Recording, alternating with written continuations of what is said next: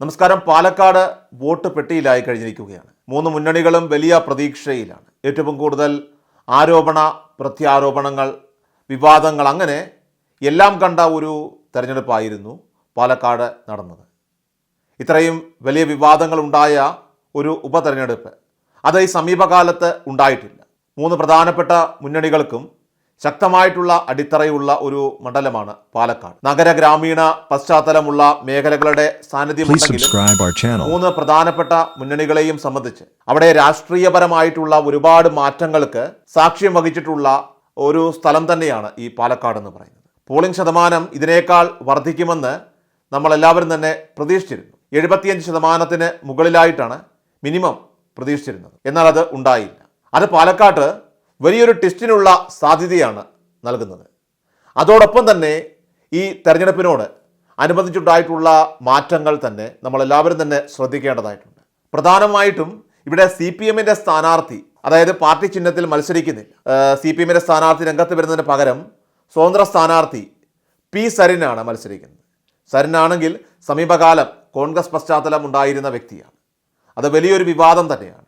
അതിനേക്കാൾ വിവാദമുണ്ടാക്കിയത് മറ്റൊരാളാണ്, സന്ദീപ് വാര്യരുടെ വരവ്. സന്ദീപ് വാര്യരുടെ തെരഞ്ഞെടുപ്പ് ദിനത്തോടനുബന്ധിച്ചുള്ള ആ ഒരു വെറുപ്പിൻ്റെ രാഷ്ട്രീയത്തിൽ നിന്ന് സ്നേഹത്തിൻ്റെ കടയിലേക്കുള്ള ആ ഒരു കാലുമാറ്റമാണ്.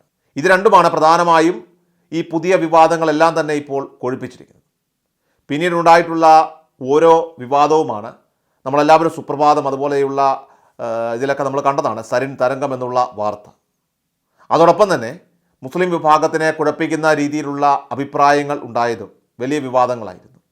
സന്ദീപ് വാര്യർ ഈ തെരഞ്ഞെടുപ്പ് രംഗത്തോട്, അതായത് കോൺഗ്രസിലേക്ക് വന്നത് മാത്രമല്ല, വളരെ പെട്ടെന്ന് പാണക്കാട് തങ്ങളെയും ജിഫ്രി മുത്തുക്കോയ തങ്ങളെയും ഒക്കെ തന്നെ കാണാനായിട്ട് പോയതും ഒരു വിവാദത്തിന് തന്നെ അത് കാരണമായി മാറി. സ്വാഭാവികമായിട്ട് കേരള രാഷ്ട്രീയത്തിൽ രാഷ്ട്രീയ നേതാക്കന്മാർ സമുദായ നേതാക്കന്മാരെ കാണുന്നതിൽ തെറ്റൊന്നുമില്ല. പക്ഷേ കാണുമ്പോൾ ഒരു വിഭാഗത്തിൽ മാത്രമായിട്ട് ഒതുങ്ങിപ്പോയി അത്തരത്തിൽ കണ്ടത് വിവാദമുണ്ടാക്കി. NSSനെയോ അല്ലെങ്കിൽ SNDPയെയോ ക്രൈസ്തവ പുരോഹിതന്മാരെയോ ഒന്നും കാണാതെ ഒരു ആത്മീയ ആചാര്യനെ മാത്രം പോയി കണ്ടത് അത് വലിയ വിവാദമായി തന്നെ മാറുകയുണ്ടായി. അത് കോൺഗ്രസ് അണികളിലും അതോടൊപ്പം തന്നെ മുസ്ലിം വിഭാഗത്തിലും അഭിപ്രായ വ്യത്യാസം ഉണ്ടാക്കിയിട്ടുണ്ട്. സന്ദീപ് വാര്യർ മുസ്ലിം ലീഗിനും മുസ്ലിം സമുദായത്തിനും എത്രത്തോളം അക്സെപ്റ്റബിൾ ആണ് എന്നുള്ള ഒരു ചോദ്യം അവശേഷിക്കുന്നുണ്ട്. ആ വിവാദം ഈ അവസാന ഘട്ടത്തിൽ വലിയ രീതിയിൽ ആശയക്കുഴപ്പം ഉണ്ടാക്കുകയും ചെയ്തു. അതുകൊണ്ട് തന്നെ പോളിംഗ് ശതമാനം കുറയാൻ ഇത് വളരെ പ്രധാനപ്പെട്ട ഒരു കാരണമായി തന്നെ മാറി. എന്നാൽ പോലും പോളിംഗ് ശതമാനം കുറഞ്ഞെങ്കിലും മൂന്ന് മുന്നണികളും വലിയ വിജയപ്രതീക്ഷ ഇപ്പോൾ പുലർത്തുന്നുണ്ട്. ഇതിൽ ഏറ്റവും കൂടുതൽ വിജയപ്രതീക്ഷ പുലർത്തുന്നത് BJP ആണ്. കാരണം വിജയിക്കുമെന്ന് വലിയൊരു ആത്മവിശ്വാസം BJP പ്രകടിപ്പിക്കുന്നുണ്ട്. എന്നാൽ തെരഞ്ഞെടുപ്പ് പ്രഖ്യാപിച്ച സമയത്ത് രാഹുൽ മാങ്കൂട്ടത്തിൽ, UDF സ്ഥാനാർത്ഥി രാഹുൽ മാങ്കൂട്ടത്തിൽ ഉണ്ടായിരുന്ന നല്ലൊരു അനുകൂല ഘടകം അത് തുടർന്നുള്ള ഈ കാലയളവിൽ നിലനിർത്തി തന്നെയാണ് മുന്നോട്ട് പോയത്. എന്നാൽ ഈ തെരഞ്ഞെടുപ്പ് നീട്ടിവെച്ചത് BJPക്ക് വലിയ രീതിയിൽ ഗുണകരമായി തന്നെ മാറുകയും ചെയ്തു. ആ നീട്ടിവെച്ച സമയത്തുണ്ടായ സംഭവ വികാസങ്ങൾ കൂടുതൽ സ്വാധീനവും ചെലുത്തുകയുണ്ടായി. അത് അപ്രതീക്ഷിതമായിരുന്നു. അതിൽ തന്നെ BJPക്ക് അനുകൂല ഘടകമായി വന്നത് തന്നെ ഈ സന്ദീപ് വാര്യരാണ്. ഒരുപക്ഷെ അതൊരു വിനോദാഭാസമായിട്ട് നമുക്ക് തോന്നിയേക്കാം. കാരണം ഒരാൾ പാർട്ടി വിട്ട് പോകുമ്പോൾ സ്വാഭാവികമായിട്ടും ആ പാർട്ടിക്ക് ക്ഷീണമാണ് ഉണ്ടാകേണ്ടത്. എന്നാൽ സരിൻ വന്നപ്പോൾ ഒരു യൂത്ത് കോൺഗ്രസ് നേതാവെങ്കിലും വന്നു. പക്ഷേ സന്ദീപ് വാര്യരുടെ കൂടെ ഒരു നേതാവ് വന്നതായിട്ട് നമ്മൾ കണ്ടില്ല. അതിനേക്കാൾ അപ്പുറം സന്ദീപ് വാര്യർ നടത്തിയ പ്രസ്താവനകൾ, അദ്ദേഹം മുൻപ് നടത്തിയ പ്രസ്താവനകൾ, അദ്ദേഹം മാധ്യമരംഗത്ത് എടുത്ത ശക്തമായിട്ടുള്ള നിലപാടുകളെല്ലാം തന്നെ വളരെ വ്യക്തമായിട്ട് ഒരു അറ്റാക്കിംഗ് ഹിന്ദുത്വ നിലപാടായിരുന്നു, ഒരു ആൻറ്റി മുസ്ലിം ലൈനിലുള്ള നിലപാടായിരുന്നു. അപ്പോൾ ആ ഒരു നിലപാടിൽ നിന്നും വളരെ പെട്ടെന്ന്, പ്രത്യേകിച്ച് യാതൊരു രീതിയിലും ഒരു സൂചനയും നൽകാതെ ഇപ്പോൾ കാലുമാറുകയും അതിനോടൊപ്പം തന്നെ മുസ്ലിം സമുദായ നേതാക്കന്മാരെയൊക്കെ തന്നെ കാണാനായിട്ട് പോയതുമെല്ലാം തന്നെ വാസ്തവത്തിൽ പ്രതീകാത്മകമായി തന്നെ BJPക്ക് ഗുണം ചെയ്തിട്ടുണ്ട്. കാരണം അതാണ് വളരെ പെട്ടെന്ന് തന്നെ BJP അവരുടെ അഭിപ്രായ വ്യത്യാസങ്ങളെല്ലാം തന്നെ മാറ്റിവെച്ചുകൊണ്ട് എല്ലാ നേതാക്കളും എല്ലാ അണികളും ഒറ്റക്കെട്ടായി നിന്നുകൊണ്ട് അതിൽ RSS വളരെ വളരെ ശക്തമായ രീതിയിൽ പ്രവർത്തിക്കുകയുണ്ടായി. അവരാണ് കൃഷ്ണകുമാറിനെ പിന്തുണച്ചത്. ആ പിന്തുണയും അതോടൊപ്പം തന്നെ RSSന്റെ പ്രവർത്തനത്തിലുണ്ടായിട്ടുള്ള മാറ്റങ്ങളുമെല്ലാം തന്നെ നഗരസഭാ മേഖലയിൽ BJPക്ക് വലിയൊരു മുന്നേറ്റം ഉണ്ടാക്കിയിട്ടുണ്ട്. അതാണ് അവിടെ കഴിഞ്ഞ തവണത്തേക്കാൾ പോളിംഗ് ശതമാനം വർദ്ധിപ്പിച്ചത്. ആ ഒരു കണക്ക് വെച്ച് നോക്കിയാൽ തന്നെ BJP ജയിക്കേണ്ടതാണ്. പക്ഷേ 3 പഞ്ചായത്തുകൾ മറുവശത്തുള്ളത് കൊണ്ട് ആ പഞ്ചായത്തുകളിൽ തീർച്ചയായിട്ടും UDFനെ സംബന്ധിച്ച് അവർക്കൊരു മേൽക്കൈയുണ്ട്. നമ്മൾ പാലക്കാട് മുനിസിപ്പാലിറ്റി നോക്കുമ്പോൾ അവിടെ BJPക്ക് എപ്പോഴും ഒരു മുൻതൂക്കമുള്ളതാണ്. ഇത്തവണ അവിടെ പോളിംഗ് ശതമാനവും കൂടിയിട്ടുണ്ട്. അതോടൊപ്പം തന്നെ മറ്റ് 3 പഞ്ചായത്തുകളിലും പോളിംഗ് ശതമാനം കുറച്ച് കുറവ് വന്നിട്ടുമുണ്ട്. അതാണ് ഒരു സംശയത്തിന് തന്നെ ഇപ്പോൾ ഇടയാക്കിയിരിക്കുന്നത്. എന്നാൽ ഈ 3 പഞ്ചായത്തുകളിലും BJP ലീഡ് ചെയ്യുമെന്ന് നമുക്ക് കരുതാനും സാധിക്കുകയില്ല. കാരണം പിരായിരിൽ ഒരിക്കലും ഉണ്ടാവില്ല. പോളിംഗ് ശതമാനം കുറഞ്ഞുവെങ്കിൽ പോലും UDFന് തന്നെയാണ് അവിടെ ലീഡ് കിട്ടാനായിട്ട് കൂടുതൽ ചാൻസ് ഉള്ളത്. അതോടൊപ്പം തന്നെ കണ്ണാടിയിൽ CPMന് ഏതാണ്ട് 8.30% വോട്ട് കുറവ് അവിടെ ഉണ്ടായിട്ടുമുണ്ട്. അതുതന്നെ വലിയൊരു വോട്ട് കുറവാണ്. അതുകൊണ്ട് തന്നെ CPMലേക്ക് ലഭിക്കേണ്ട വോട്ടുകൾ അവിടെ പോളിംഗ് ചെയ്തിട്ടില്ല. കാരണം പാർട്ടി ചിഹ്നത്തിലല്ലാത്തൊരു, അതും മുൻ കോൺഗ്രസ്സുകാരൻ സ്വതന്ത്രനായിട്ട് വോട്ട് ചെയ്യാനായിട്ട് നിൽക്കുമ്പോൾ CPM അണികൾ കുറേ ആളുകൾ വോട്ട് ചെയ്യാൻ തയ്യാറല്ല എന്നുള്ളതാണ് അതിൽ നിന്ന് വ്യക്തമാകുന്നത്. അതുകൊണ്ട് തന്നെ CPMന് നല്ലൊരു തിരിച്ചടി കണ്ണാടിയിൽ ഉണ്ടാകുമെന്ന് ഉറപ്പായിരിക്കുകയാണ്. അതൊരു പക്ഷേ കുറച്ച് പേരെങ്കിലും CPMൽ നിന്ന് BJPക്ക് വോട്ട് ചെയ്തിട്ടുമുണ്ടാകാം. അത് മാത്രമല്ല, കഴിഞ്ഞ തെരഞ്ഞെടുപ്പിൽ മുസ്ലിം സമുദായത്തിന് സ്വാധീനമുള്ള പല ബൂത്തുകളിലും BJPക്ക് ബൂത്ത് ഓഫീസ് പോലും തെരഞ്ഞെടുപ്പ് വോട്ടിംഗ് സ്റ്റേഷന് പുറത്തുണ്ടായിരുന്നില്ല. ഇത്തവണ അത് ഉണ്ടായെന്ന് മാത്രമല്ല, BJPയുടെ പോളിംഗ് ബൂത്തുകളിലൊക്കെ തന്നെ നല്ല ആളുകളും ഉണ്ടായിരുന്നു. അതുകൊണ്ട് തന്നെ BJP അവിടെ കൃത്യമായി ഏകീകരിക്കാനായിട്ട് ശ്രമിക്കുകയുണ്ടായി. പക്ഷേ എന്നാലും അവിടുത്തെ ജനസംഖ്യാപരമായിട്ടുള്ള ആ ഒരു സാഹചര്യം നമ്മൾ നോക്കുമ്പോൾ UDFന് ലീഡ് തീർച്ചയായിട്ടും ഈ പിരായിരിൽ ഇപ്പോഴുമുണ്ട്. എന്നാൽ പോളിംഗ് ശതമാനം വർദ്ധിച്ചിട്ടില്ല. അത് കുറഞ്ഞു എന്ന് കാണിക്കുന്നത് കഴിഞ്ഞ തവണ ഷാഫി പറമ്പിലിന് കിട്ടിയ ലീഡ് അവിടെ ഇത്തവണ രാഹുൽ മാങ്കൂട്ടത്തിന് ഉണ്ടാവില്ല എന്നുള്ളത് തന്നെയാണ്. എന്നാൽ ലീഡ് ഉണ്ടാകും, പക്ഷേ ഗണ്യമല്ല. അതാണ് ഷാഫിയെയും അതോടൊപ്പം തന്നെ രാഹുലിനെയും ഒക്കെ തന്നെ അത്ഭുതപ്പെടുത്തുന്നതും. അതാകാം ഒരുപക്ഷെ അവസാനം ഇപ്പോൾ ഈ 5000 എന്നുള്ള ആ ഒരു കണക്കിലേക്ക് UDF എത്തിച്ചേർന്നിരിക്കുന്നത്.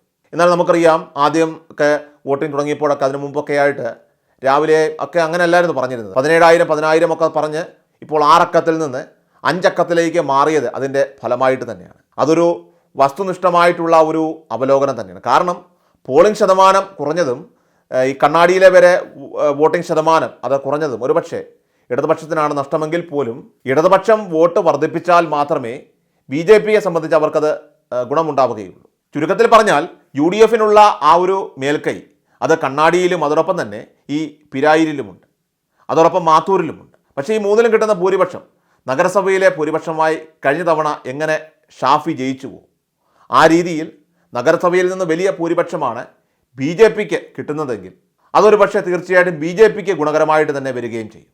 പക്ഷേ മറിച്ച് പഞ്ചായത്തുകളിലുള്ള ഭൂരിപക്ഷം അത് താരതമ്യേന മോശമല്ലാതിരിക്കുകയും ഈ നഗരസഭയിലെ ഭൂരിപക്ഷം അത് BJPക്ക് വലുതായിട്ട് വരാതിരിക്കുകയും ചെയ്യുകയാണെങ്കിൽ രാഹുൽ മാങ്കൂട്ടത്തിൽ ജയിക്കാൻ സാധ്യതയുണ്ട്. പൊതുവിൽ ഈ പാലക്കാട് നിയമസഭാ മണ്ഡലത്തിൽ UDFനൊരു മേൽക്കൈയുള്ള രാഷ്ട്രീയ സാഹചര്യമാണുള്ളത്.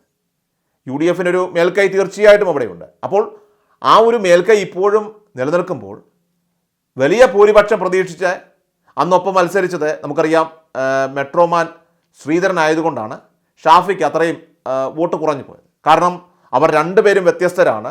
ഷാഫിയല്ല ഇപ്പോൾ മത്സരിക്കുന്ന രാഹുൽ മാങ്കൂട്ടത്തിൽ, അതുപോലെ ശ്രീധരനല്ല ഇപ്പോൾ മത്സരിക്കുന്ന കൃഷ്ണകുമാർ. പക്ഷേ ഇവിടെ ഈ സന്ദീപ് വാര്യർ വന്ന് നടത്തിയ ആ ഒരു കൂറുമാറ്റം അത് തീർച്ചയായിട്ടും RSSൽ ഉണ്ടാക്കിയ ആ ഒരു വലിയ പ്രകോപനം അത് ഒരു ഐക്യമായി മാറിയിട്ടുണ്ട്. അത് കൃഷ്ണകുമാറിന് ലീഡ് കിട്ടാൻ കാരണമാകുന്ന ഒരു സാഹചര്യമായി തന്നെ മാറിയിട്ടുമുണ്ട്. മാത്രമല്ല ഈ പ്രാദേശിക സ്ഥാനാർത്ഥി എന്നുള്ള ഒരു നിലയിൽ, ഒരു ലോക്കൽ കാൻഡിഡേറ്റ് എന്നുള്ള നിലയിൽ കൃഷ്ണകുമാറിൻ്റെ പ്രത്യേകമായിട്ടുള്ള ഒരു അടുപ്പം, പാലക്കാടിനുള്ള അടുപ്പം രാഹുൽ മാങ്കൂട്ടത്തിന് ഉള്ളതിനേക്കാൾ ആ ഒരു പാലക്കാടൻ പ്രാദേശിക രംഗത്ത് കൃഷ്ണകുമാറിനുണ്ട്.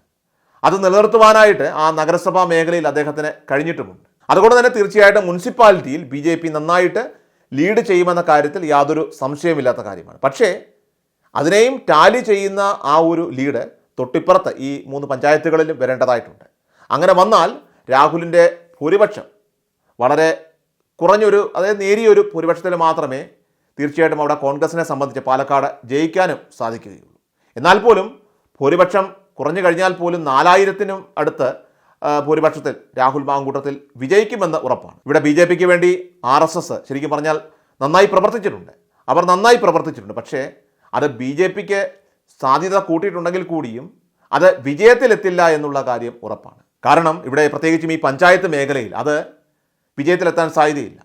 പിന്നെ അതോടൊപ്പം തന്നെ ക്രൈസ്തവ വിഭാഗത്തിൻ്റെ വോട്ടുകളുണ്ട്. കുറച്ചുപേരെ ഏതാണ്ട് ഒരു 10,000-നടുത്ത് വോട്ടേഴ്സാണ് ക്രൈസ്തവ വിഭാഗത്തിലുള്ളെങ്കിലും അത് തീർച്ചയായിട്ടും BJPക്ക് എത്രത്തോളം നേടാൻ കഴിഞ്ഞു എന്നുള്ളതും നമുക്ക് പറയാൻ സാധിക്കുകയില്ല. അതോടൊപ്പം തന്നെ ഇപ്പോൾ ഈ കോൺഗ്രസിനകത്തുള്ള ഹിന്ദു വിഭാഗത്തിൽ വിശ്വസിക്കുന്ന ആളുകൾ നിരവധിയുണ്ട്. സന്ദീപ് വാര്യരുടെ ഈ രാഷ്ട്രീയ മാറ്റവും മറ്റും അവരെങ്ങനെയായിരിക്കും വീക്ഷിക്കുക? അതവരെ ഒരുപക്ഷെ ഈ പോളിംഗിലേക്ക് എത്തിക്കാതിരിക്കാനോ അല്ലെങ്കിൽ മറിച്ച് BJPക്ക് വോട്ട് ചെയ്യാനോ കാരണമാക്കി മാറ്റിയോ എന്ന് നമ്മൾ സംശയിക്കേണ്ടിയിരിക്കുന്നു. ഇത് രണ്ടുമാണ് പ്രധാനപ്പെട്ട ഘടകമെന്ന് പറയുന്നത്. എന്തായാലും ഇടതുപക്ഷം 2ാം സ്ഥാനത്ത് വരുന്ന പ്രശ്നമേ ഇല്ല എന്ന കാര്യം ഉറപ്പാണ്. 3ാം സ്ഥാനത്തെ ഇടതുപക്ഷം വരികയുള്ളൂ. കാരണം ഈ കാണിച്ച കുഴപ്പങ്ങൾക്കെല്ലാം തന്നെ ഏറ്റവും കൂടുതൽ നെഗറ്റീവ് അടിച്ചിരിക്കുന്നത്, നെഗറ്റീവ് ഏറ്റുവാങ്ങിയിരിക്കുന്നത് ഇപ്പോൾ ഇടതുപക്ഷം തന്നെയാണ്. അതുകൊണ്ട് സരിൻ അവിടെ അപ്രസക്തമാവുകയാണ്. ഈ സന്ദീപ് വാര്യരുടെ കോൺട്രവേഴ്സി അതില്ലായിരുന്നുവെങ്കിൽ തീർച്ചയായിട്ടും രാഹുൽ മാങ്കൂട്ടത്തിനെ സംബന്ധിച്ച് വലിയൊരു വിജയം ഉണ്ടാകുമായിരുന്നു. അതോടൊപ്പം തന്നെ പത്രത്തിൽ വന്ന പരസ്യം സരിൻ തരംഗം CPMനെ വല്ലാതെ കുഴപ്പിച്ചിട്ടുണ്ട്. അതുകൊണ്ട് തന്നെ ആശയക്കുഴപ്പം ഏറ്റവും കൂടുതൽ ഇടതുപക്ഷ സ്ഥാനാർത്ഥി സരിനും അതോടൊപ്പം തന്നെ LDFനുമാണ്. BJPയെ സംബന്ധിച്ച് അവർക്ക് അത്ര കുഴപ്പം അല്ലെങ്കിൽ ആശയക്കുഴപ്പം ഉണ്ടായിട്ടില്ല. കാരണം അവരുടെ നിലപാടിൽ തന്നെ അവസാനം വരെ നിന്നു എന്നുള്ളതാണ് അവരുടെ പ്രത്യേകത. എന്നാൽ കോൺഗ്രസിനകത്ത് കുഴപ്പമുണ്ടായത് ഇത്തരത്തിലുള്ള ഈ മാറ്റങ്ങൾ തന്നെയാണ്. ഒരുപക്ഷെ ഈ തെരഞ്ഞെടുപ്പ് കഴിഞ്ഞാണ് സന്ദീപ് വാര്യർ കോൺഗ്രസിലേക്ക് വന്നിരുന്നതെങ്കിൽ ഇത്രയും പ്രശ്നം ഉണ്ടാകുകയില്ലായിരുന്നു. അത് മാത്രമല്ല, കോൺഗ്രസിലേക്ക് വന്നതിന് ശേഷം സന്ദീപ് വാര്യർ പറഞ്ഞു, ഞാൻ RSSൽ തന്നെ വിശ്വസിക്കുന്നുണ്ടെന്ന്. അങ്ങനെ RSSൽ വിശ്വസിക്കുന്നുണ്ടെന്ന് പറയുമ്പോൾ അത് പ്രത്യേകിച്ചും സന്ദീപ് വാര്യരുടെ ആ ഒരു പഴയ പശ്ചാത്തലം വെച്ച് നോക്കുമ്പോൾ കഴിഞ്ഞ തവണ ഷാഫി പറമ്പലിന് വോട്ട് ചെയ്ത ന്യൂനപക്ഷ വിഭാഗങ്ങൾ ഇപ്പോൾ അതിനെ അവരെങ്ങനെ കാണുന്നു എന്നതും തീർച്ചയായിട്ടും അത് ഈ പാലക്കാട് വോട്ടെടുപ്പിൽ പ്രതിഫലിക്കും.